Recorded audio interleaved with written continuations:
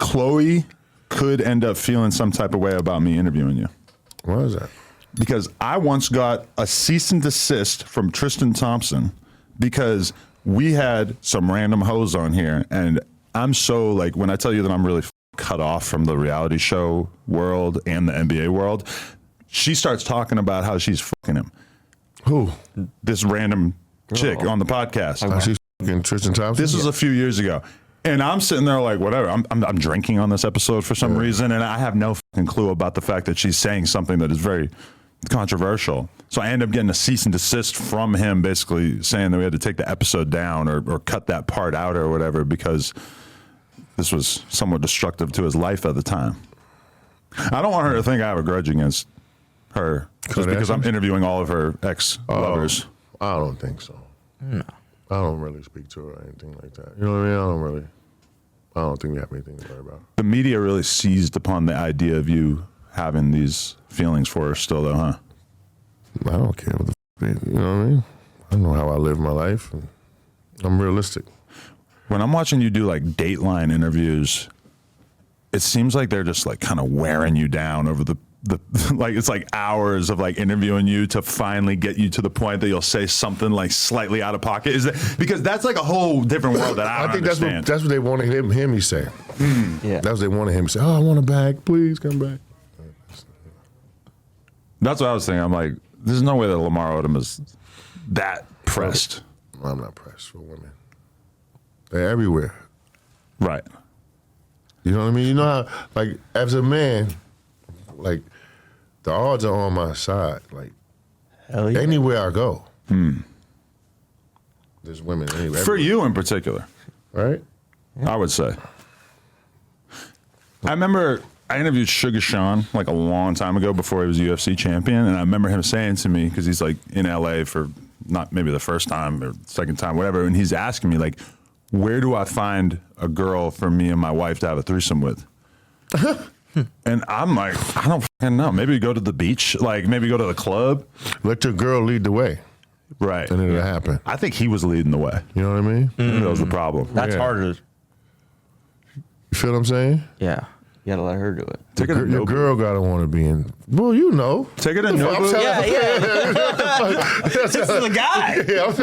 You could have had a little advice for him. You should have had a little bit of advice for him. Okay, you think I'm some kind of ladies man or something? You should have put him on game. This is all business. Like, this shit is in my calendar. I got seen today at 5. Where at? Right here. Well, not here, but on the other side of the facility. You gonna fuck somebody on the other side of the facility right there? You heard it here first. Can I watch? I swear to God, I'll watch. The tables have turned. I swear to God, I'll watch. I don't know. I don't know if I really want to try to have to perform in front of you. It might be a little... Like, we're just getting to know each other.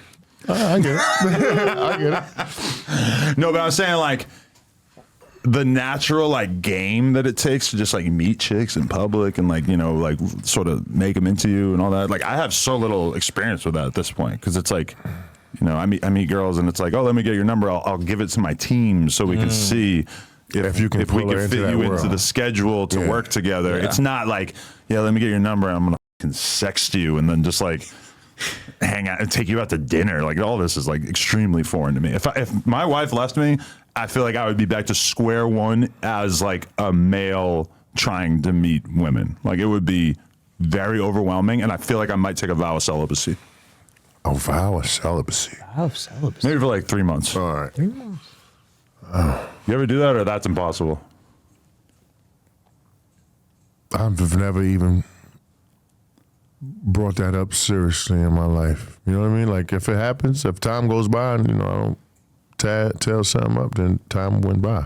But I didn't say, yo, I'm not going to do it because I'm going to be celibate. You didn't need like a reset period in between the crazy sex addict period of your life and whatever normalcy that you might have going at this point? I mean, for all I know, you're still in the sex addict part of your life. I'm not I don't know. What's a sex addict? Addict is a lot.